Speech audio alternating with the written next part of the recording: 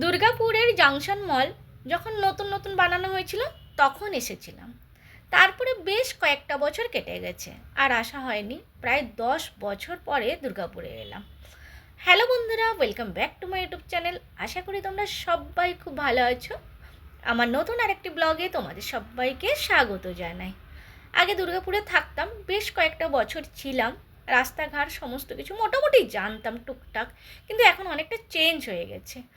যেমন ধরো, এই রাস্তাটা হচ্ছে রানীগঞ্জ থেকে বর্ধমান যাওয়ার রাস্তা। এই রাস্তার ওপরে গান্ধী মোড় সিটি সেন্টারের কাছে কিন্তু ওভারব্রিজ আছে। এখন যখন আমি ছিলাম তখন কিন্তু ওই ওভারব্রিজটা ছিল না, তো সেই জন্য রাস্তাটা এখন চিনতে একটু মাঝে মধ্যে অসুবিধে হচ্ছে। তো এরকম চেঞ্জেস তো অনেক জায়গাতেই হয়েছে, কারণ প্রায় 10 বছর পরে আসছি, মানে 10 বছরে অনেক কিছু চেঞ্জেস হয়েছে। তো যাই হোক, আমরা এখান থেকে নেমে এবার গান্ধী মোড়ের ভেতর দিয়ে যাচ্ছি। গান্ধী মোড় থেকে welcome to Durgapur steel township. তো এই গান্ধী মোড় দিয়ে এবার আমরা সিটি সেন্টারের দিকে যাব, ভেতর দিয়ে রাস্তাটা।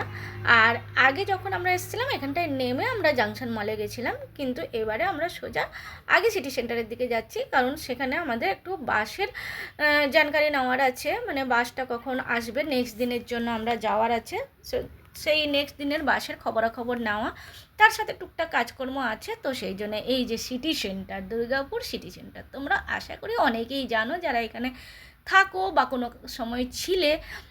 তো এরকম মোটামুটি সবাই চেনে। তো দুর্গাপুর সিটি সেন্টার, এখান থেকে এবার নেমে এই যে বাস স্ট্যান্ড আছে এখানে জানকারি নিয়ে তারপরে আমরা মানে ভেতর দিয়ে রাস্তা দিয়ে বেরিয়ে যাব। এই ভেতর দিয়ে রাস্তাটা আগে তো খুব চিনতাম, এত বছর পরে ভেবে ভেবে যাচ্ছি যে কোথাও কি চেঞ্জেস হয়েছে। দেখি যদি কোথাও রাস্তা বন্ধ থাকে তাহলে যে রাস্তা দিয়ে যাচ্ছি সেটা দিয়ে আবার ফিরে আসব। তো আগে চলতে তো থাকি, তারপরে দেখতে পাবো। তো ওই জন্য রাস্তার ভেতর দিয়ে মোটামুটি বেরিয়ে এলাম। এটা কিন্তু কোনো পরিবর্তন হয়নি, যেরকম ভেতর দিয়ে রাস্তা ছিল সেই রাস্তাটাই আছে। বেশ ভালো লাগলো, চিনতে এলাম অনেক দিনের পর। মানে পুরনো রাস্তা দিয়ে যদি আমরা যাই না, অনেক কিছু মনে পড়ে, অনেক কিছু ভালো লাগে। তো যাই হোক, তারপরে এবার আমরা সামনের দিকে যাচ্ছি। আর এখানেও একটা ছোট্ট পার্ক আছে ডান দিকে।